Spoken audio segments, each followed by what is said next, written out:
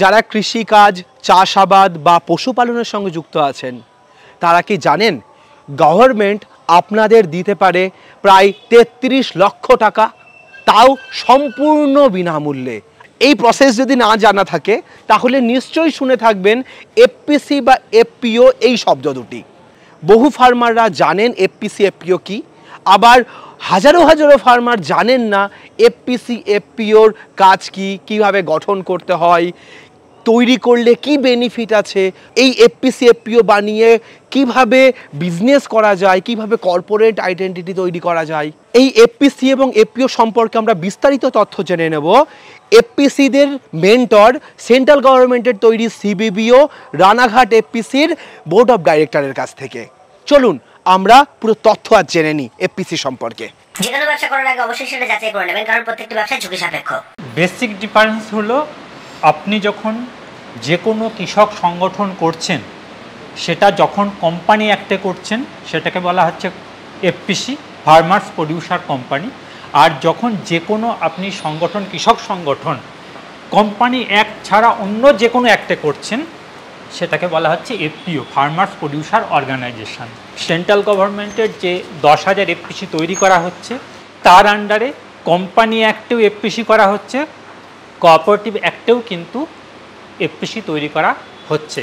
মূল যেটা ডিফারেন্স, যখন আপনি যে কোনো কৃষক সংগঠন কোম্পানি অ্যাক্টে করছেন তখন সেটাকে বলা হচ্ছে এফপিসি, আর তাছাড়া অন্য যে কোনো অ্যাক্টে করলে সেটাকে বলা হচ্ছে এফপিও। মূল বেসিক ফারাক এই কোম্পানি অ্যাক্ট বা অন্য যে কোনো অ্যাক্টের, এই জায়গায় মূল আমাদেরকে মাথায় রাখতে হবে যখন আমি কোম্পানি অ্যাক্টে করছি সেটা লাভদায়ক অর্গানাইজেশন, সেটা বাণিজ্যিক সংগঠন। কিন্তু আমরা যখন সোসাইটি অ্যাক্টে করছি বা ট্রাস্ট অ্যাক্টে করছি তখন সেটা কিন্তু আমার লাভদায়ক নয়, সেটাকে নন প্রফিট বা অলাভদায়ক অর্গানাইজেশন। এটা হচ্ছে মেন পার্থক্য।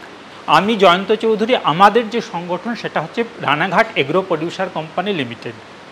2016 সালে জুন মাসে, 29শে জুন আমাদের সংগঠনটা আমরা তৈরি করেছিলাম। আমরা সরকারি কোনো স্কিমের আন্ডারে এই এফপিসিটা আমরা তৈরি করে নিই। আমরা প্রাথমিকভাবে 51 জন ইয়ং কিছু কৃষক তাদেরকে নিয়ে সেলফ প্রমোটেড একটা এফপিসি আমরা তৈরি করেছিলাম। আজকের দিনে আমরা এই যে সেন্ট্রাল গভর্নমেন্টের 10,000 ফার্মার্স প্রডিউসার কোম্পানি তৈরি করা হচ্ছে তার মনিটরিং থেকে, রেজিস্ট্রেশন থেকে মনিটরিং এবং হ্যান্ডহোল্ডিং সাপোর্টের জন্য যে প্রোগ্রামটা চলছে সেখানে কিছু সংগঠনকে নিয়োগ করা হয়, যেটাকে বলা হচ্ছে সিবিবিও, কমিউনিটি বেসড বিজনেস অর্গানাইজেশন। আমরা পশ্চিমবঙ্গ সরকারের এগ্রি মার্কেটিং ডিপার্টমেন্টের আন্ডারে সিবিবিও হিসাবে কাজ করছি। এই মুহূর্তে পশ্চিমবঙ্গের 5টা জেলায় 9টা ফার্মার্স প্রডিউসার কোম্পানি তৈরি করেছি এবং সেগুলোকে আমরা 5 বছর ধরে মনিটরিং সাপোর্ট দিচ্ছি।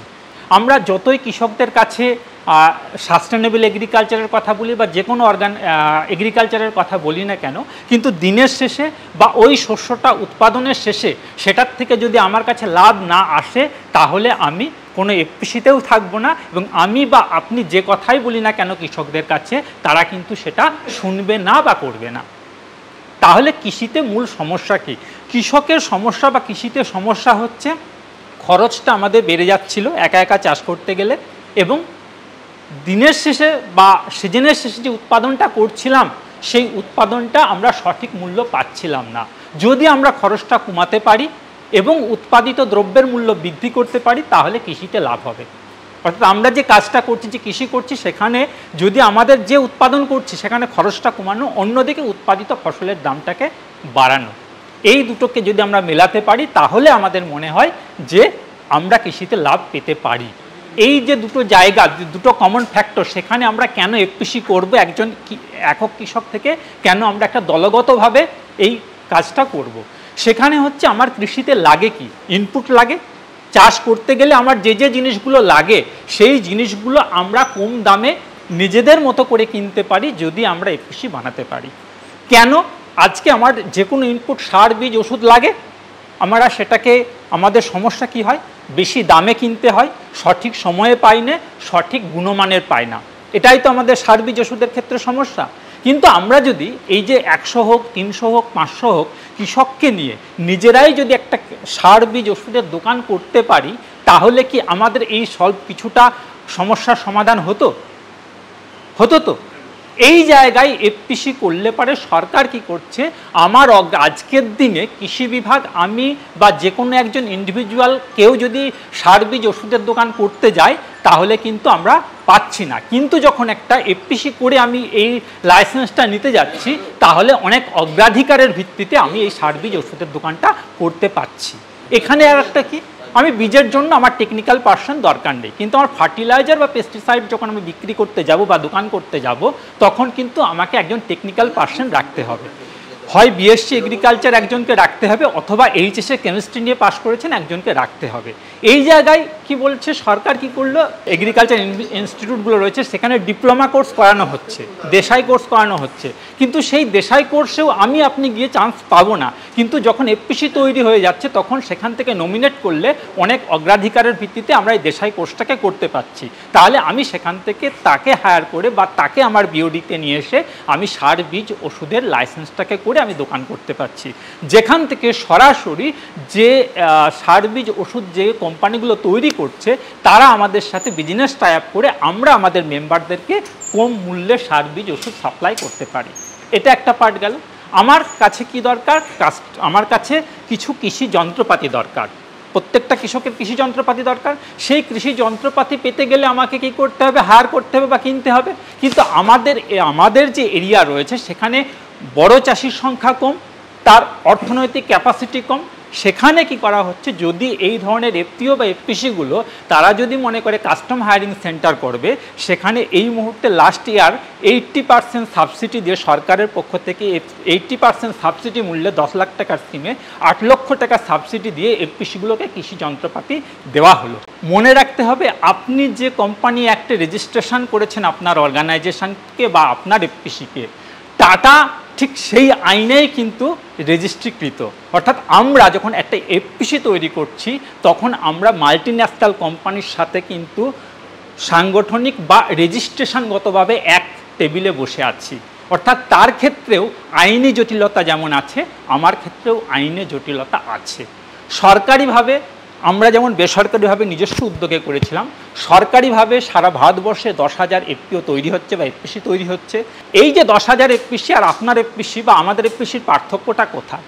যেটা 10,000 এফপিসি তৈরি হচ্ছে সেটার ক্ষেত্রে প্লেন এরিয়ার ক্ষেত্রে 300 জন মেম্বারকে নিয়ে করবার কথা বলা হচ্ছে। সেখানে সরকার একটা সাপোর্ট দিচ্ছে। কি সাপোর্ট দিচ্ছে? প্রত্যেক মাসে এফপিসিটাকে পরিচালনা করবার জন্য 50,000 টাকা ম্যানেজমেন্ট কস্ট দেওয়া হচ্ছে, 3 বছর ধরে দেওয়া হবে। অর্থাৎ একটা এফপিসিকে 50,000 টাকা পার মান্থ, 18 লক্ষ টাকা 3 বছর ধরে সাপোর্ট দেওয়া হবে। এখানে যেহেতু এটা একটা প্রফেশনাল অর্গানাইজেশন, তাহলে প্রফেশনাল অর্গানাইজেশন প্রফেশনালি পরিচালনা করতে গেলে আমার প্রফেশনাল লোক রাখতে হবে। আমাকে একজন সিইও রাখতে হবে, চিফ এক্সিকিউটিভ অফিসার রাখতে হবে, যাকে এই প্রোগ্রামের আন্ডারে বলা হচ্ছে তিনি বিএসসি এগ্রিকালচার হতে হবে। তিনি যদি বিএসসি এগ্রিকালচার হন তাহলে খুব সহজে আমরা সার বীজ ওষুধের লাইসেন্সটা পেয়ে যেতে পারবো। এবং তিনি যেহেতু একটু এডুকেটেড বা প্রফেশনাল একটা কোর্স করে এসছেন, বিজনেসটাকে জানতে পারবেন, সরকারি নিয়মকানুন আইনি জটিলতা কি আছেন তিনি সেটা জানতে পারবেন। তাহলে ডে টু ডে একটা অর্গানাইজেশনকে মনিটরিং করা এবং তার যে নর্মসগুলো রয়েছে সেগুলোকে প্রত্যেক দিন বা ডে টু ডে প্রত্যেক মাসে বেশ কিছু কাজ আছে যেগুলোকে অনলাইন ফিল আপ করতে হয়, সেগুলোকে তিনি মিট করতে পারবেন।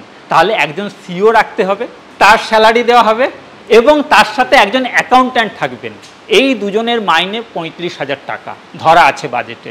তার সাথে 15,000 টাকা যে অফিসটা আমরা করছি সেই অফিসের রেন্ট, তার ইলেকট্রিসিটি, তার অন্যান্য যে খরচ আছে সেটা। কিন্তু আমি ব্যবসাটা করব কিভাবে? আমার তো ক্যাপিটাল দরকার। সেই জায়গায় বলা হয়েছিল যে শেয়ার ক্যাপিটাল তুলতে হবে। আমি যে ব্যবসাটা করবো এটা তো সকলের ব্যবসা, একজন দুজনের ব্যবসা নয়, সকলের মিলে ব্যবসা। তাহলে আমার যে ফান্ডটা আসবে সেটা শেয়ার থেকে আসবে। এখানে বলা হয়েছিল যে প্রত্যেকটা শেয়ার হোল্ডার যদি ম্যাক্সিমাম 2,000 টাকা দেয়, সরকারের পক্ষ থেকে ম্যাচিং ইকুইটি বাবদ 2,000 টাকা দেওয়া হবে। এখানে একটা রুল বেঁধে দেওয়া হয়েছে, একটা এফপিসি ম্যাক্সিমাম 15 লক্ষ টাকা পর্যন্ত পেতে পারে। 3 বারে এই টাকাটা পেতে পারে। অর্থাৎ আপনার এফপিসি যদি 15 লক্ষ টাকা তোলে, তাহলে সরকার ম্যাচিং ইকুইটি 15 লক্ষ টাকা দেবে। অর্থাৎ আপনার ফান্ড হলো কত? 30 লক্ষ টাকা। আপনি প্রথম বছর 1000 করে তুলেছেন 300 জনকে, তাহলে আপনার 3 লক্ষ টাকা উঠেছে। আপনি এই 3 লক্ষ টাকার এগেনস্টে 3 লক্ষ টাকা পেতে পারেন। পরের ইয়ারে গিয়ে আপনি আরও 6 লক্ষ টাকা তুলেছেন, তাহলে আবার 6 লক্ষ টাকার জন্য অ্যাপ্লাই করতে পারেন। থার্ড ইয়ারে গিয়ে আবার 6 লক্ষ টাকা তুললেন, 6 লক্ষ টাকা। এবার এখানে কি বলা হয়েছে? 15 লক্ষ টাকা ম্যাক্সিমাম।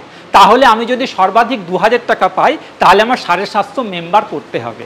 এবার কেউ যদি 500 টাকা দেয়, তাহলে তার এগেনস্টে 500 টাকা হবে। যদি আপনি সেন্ট্রাল গভর্নমেন্টে 10K এফপিসির আন্ডারে যান, তাহলে আপনাকে প্লেন এরিয়ার জন্য 300 করতে হবে। আর যদি আপনি এই স্কিমের বাইরে যান, তাহলে আপনি 10 জন নিয়েও করতে পারেন, যেমন আমরা করেছিলাম 51 জনকে নিয়ে। এবারে এই যে 10,000 এফপিসি কীভাবে তৈরি হচ্ছে, এইটা একটু জানা দরকার সকলের। স্যার সকালে বললেন প্রত্যেকটা ব্লকে একটা করে হচ্ছে।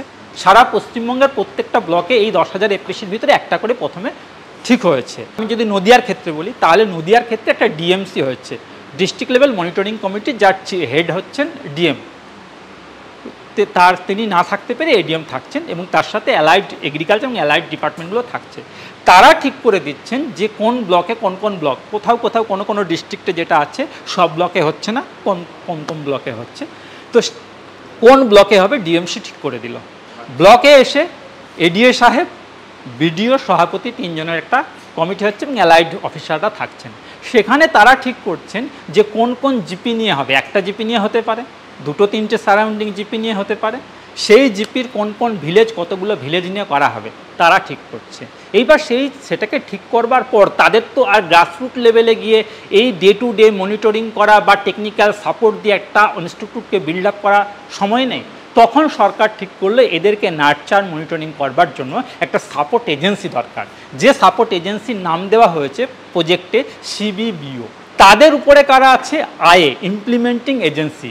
এই ইমপ্লিমেন্টিং এজেন্সি হলো এসএফএসি আছে, নাবার্ড আছে, আপনি যে কথাটা বললেন নাবার্ড আছে, কোঅপারেটিভ ডিপার্টমেন্ট আছে, এবং বেশ কিছু সরকারি ডিপার্টমেন্ট এবং ইন্টারন্যাশনাল লেভেল, ন্যাশনাল লেভেল বেশ কিছু এনজিও আছে যারা আইএ হিসাবে কাজ করছে। সেই আয়ের আন্ডারে সিবিবিওগুলো সিলেক্ট হয়েছে।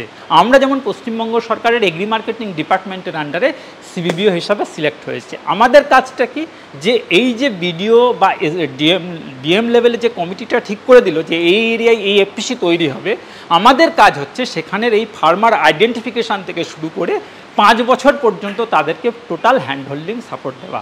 তার জন্য সরকারের পক্ষ থেকে আমাদেরকে ফান্ড দেওয়া হবে। ওয়েস্ট বেঙ্গলের যে লিস্ট আছে তাতে মোটামুটি 20টা অর্গানাইজেশন আছে। অল ওভার ইন্ডিয়াতে প্রায় 50টার কাছাকাছি রয়েছে। সারা ভারতবর্ষের নিরিখে বলতে পারি আমরা রানাঘাট এফপিসি প্রথম সিবিবিও যারা এফপিসি হিসাবে সিবিবিও হয়েছে। আমার লাস্ট 3 বছরের টার্ন ওভার হচ্ছে লাস্ট ইয়ার 13 কোটি, তার আগে 11, 12, 13 এই ধরনের আমার লাস্ট 3 বছরের টার্ন ওভার। আমরা শুরু করেছিলাম 3 লাখ সামথিং শেয়ার ক্যাপিটাল। আজকের দিনে সেই শেয়ার ক্যাপিটালটা দাঁড়িয়েছে 8,56,000 টাকা শেয়ার ক্যাপিটাল। আমরা কিন্তু ম্যাচিং ইকুইটি পাইনি, আমরা কিন্তু কোনো ম্যানেজমেন্ট কস্ট পাইনি, শুধুমাত্র বিজনেসের উপর দিয়ে উঠে এসেছিলাম। মূলত আমাদের ট্রেডিং একটা পার্ট, ট্রেডিংয়ের একটা বড় পোর্শন রয়েছে, আর ভ্যালু অ্যাডিশন। তাহলে আমাদের এখানে যাদেরকে নিয়ে শুরু করেছিলাম 825 জন, 51 জন থেকে আজকের দিনে 825 জন আমাদের মেম্বার। তাহলে তাদের কাজটা কি ছিল না, সেখানে আমরা যেটা দেখেছিলাম রিসোর্স ম্যাপিং করেছিলাম যে তাদের কাছে কি কি আছে। শাকসবজি, ফলমূল এটা ছেড়ে দিলাম, পাশে তার কাছে যে জিনিসগুলো রয়েছে, ধান রয়েছে, ডাল রয়েছে, অন্যান্য মশলা রয়েছে, আমরা সেগুলোকে ভ্যালু অ্যাডিশনের কাজ করলাম। আমাদের শুধু এই ভ্যালু অ্যাডিশনের পার্টে আপনাদের একটা আমাদের সাকসেস স্টোরি আপনাদেরকে বলবো যে আমরা কিভাবে ম্যাপিংটা করেছি বা রিসোর্স ম্যাপিংটা করেছি। আমরা দেখেছিলাম, হঠাৎ করে আমাদের মনে হলো এই রিসোর্স অ্যানালিসিসের ক্ষেত্রে আমরা এটাকে বলে থাকি তালের একটা গল্প। সেটা হচ্ছে বিগত 4 বছর থেকে আমরা এই কাজটা করছি। এলাকায় তাল আছে, বেশ কিছু গাছ ছিল বা আছে এখনও, কিন্তু সেই তালটা জন্মাষ্টমীর আগে পরে ছাড়া কিন্তু কেউ খায় না, বা আমরা যারা কলকাতা বা শহরতলিতে বসবাস করি তারাও তালটা কি জিনিস জানে না। খুব কম মহিলা আছেন খুব কষ্টকর বলে সেটাকে নিয়ে তারা তালের বড়া বা তালের শাঁসটাকে করে না। এই জিনিসটা আমাদের মাথায় ক্লিক করেছিল। সেই জায়গায় আমরা যেটা করলাম, তালের পাল্পটাকে আমরা প্রিজার্ভ করে 1 বছর পর্যন্ত সেটাকে রাখছি, রাউন্ড দ্য ইয়ার সেটাকে ব্যবহার করা যাচ্ছে। সেটাই আজকের দিনে এবং আগামী যে জন্মাষ্টমী আসছে তার আগেই এই মুহূর্তে আমাদের কাছে 5 MT মানে 5000 কেজি তালের অর্ডার অলরেডি হয়ে গেছে। এই মুহূর্তে আমার 20,000-এর উপরে তাল লাগবে। আমরা যেটা শুধু নদিয়া নয়, এর জন্য যেটা করেছি বাঁকুড়া, পুরুলিয়া, আমাদের নদিয়ার আরেকটা পার্ট যেটা আমাদের করিমপুর, এই দিকের চাষিদের সাথেও কিন্তু আমাদের লিঙ্কেজ করানো হয়ে গেছে। ওই তালটা এনে সেটার পাল্প করে আমরা মার্কেটিং করছি। এই মার্কেটিংটা এবার কীভাবে করছি, আপনি যে মার্কেটিংয়ের কথা বলছিলেন, শুধুমাত্র আমার যে এরিয়া সেই মার্কেটের উপর নির্ভর করলে আজকের দিনে আর হবে না। যারা অনলাইনে, আমাদের মূল মার্কেট যেটা রয়েছে, যারা অনলাইনে নিজেদের মালটাকে প্রমোট করছে, যে এজেন্সিগুলো, আমরা সেই এজেন্সিগুলোর সাথে টাই আপ করেছি, তাদেরকে আমরা আমাদের মালগুলোকে দিচ্ছি। কোথাও কোথাও আমাদের প্যাকেজিংয়ে দিচ্ছি, কোথাও কোথাও তাদের ব্র্যান্ডিংয়ে আমরা দিচ্ছি, কিন্তু সেখানে প্রডিউস বাই আমার অর্গানাইজেশন লেখা থাকছে। আমরা এই মার্কেটটাকে ক্যাটার করেছি উইদিন স্টেট, আউটসাইড স্টেট। আমরা অনলাইন প্ল্যাটফর্মে এবং অফলাইন প্ল্যাটফর্মে আমরা মার্কেটিংটা করছি। তালটা একটা উদাহরণের জন্য বললাম। তালের মতো আমরা বেল, এমনকি খেজুরের যেটা গুড় তো আছে, কিন্তু খেজুর যেটা রয়েছে সেই খেজুরটাকেও আমরা নতুন এখন রয়েছে আমাদের ইয়েতে, আমরা ফুড টেকনোলজি যাদবপুর ইউনিভার্সিটির সাথে কথা হচ্ছে, সেটাকে দিয়ে আমরা ভ্যালু অ্যাডেড প্রোডাক্ট তৈরি করছি। মোচার যেটা রয়েছে, মোচা যেটা হয়, আমি আপনি যে কেউ আজকে ফ্যামিলিতে মোচা আমরা কেটে খাই না, কিন্তু আমরা সেই মোচাটাকে প্রিজার্ভ করছি, সেটাকে ড্রাই করছি, করে সেই জায়গায় প্রসেসের জায়গায় নিয়ে যাচ্ছি, যাতে করে যে কোনো মহিলা 8 ঘন্টার ভিতরে তিনি সেই মোচার তরকারিটাকে, মোচার ঘন্টটাকে রান্না করতে পারবেন। রেডি টু ইট আমরা করছি। এই রকম জায়গায় আমরা নিয়ে যাচ্ছি আমাদের মার্কেটিং চ্যানেলটাকে বা আমাদের ভ্যালু অ্যাডিশন স্টাইলটাকে। আমাদের মূল যে এটা ছিল, যেটা একটা হচ্ছে মার্কেট লিড এগ্রিকালচার, আমরা সেই একটা পোর্শনেও রয়েছি। যেমন আবার নতুন করে কিছু আমরা পেনিট্রেট করছি মার্কেটকে, যে আমাদের প্রোডাক্টটাকে এইভাবে বিক্রি করবার জন্য। আপনারা কি এই এফপিসি এবং এফপিও সম্পর্কে আরও বিস্তারিত তথ্য চান আপনাদের ইন্ডিভিজুয়াল প্রশ্নগুলো নিয়ে আবারও আমরা এই এক্সপার্টের কাছ থেকে আরও একটা কিউএনএ সেশন বানাই, যেখানে আপনাদের প্রত্যেকটা প্রশ্নের আলাদা করে উত্তর থাকবে? তাহলে ভিডিও নিচে আপনার প্রশ্নগুলো লিখুন, আমরা দ্বিতীয়বার আবার ওনাকে ডাকবো এবং ওনার কাছ থেকে এফপিসি সম্পর্কে আপনাদের প্রত্যেকটা প্রশ্নের উত্তর নেব। আমাদের ভিডিওটা শেয়ার করুন, যত শেয়ার করবেন তত বেশি প্রশ্ন আসবে এবং ওনাকে আমাদের আবারও আনতে সুবিধা হবে। আজকের ভিডিওটা এখানে শেষ করছি। এফপিসি সম্পর্কে আপনাদের কেমন লাগলো, এই ভিডিওর তথ্য আপনার কতটা গুরুত্বপূর্ণ বলে মনে হলো, আমাদের কমেন্ট করে জানান। পরবর্তী ভিডিওতে আরও নতুন তথ্য নিয়ে ফিরে আসবো। ততক্ষণ ভালো থাকবেন, সুস্থ থাকবেন। বাই।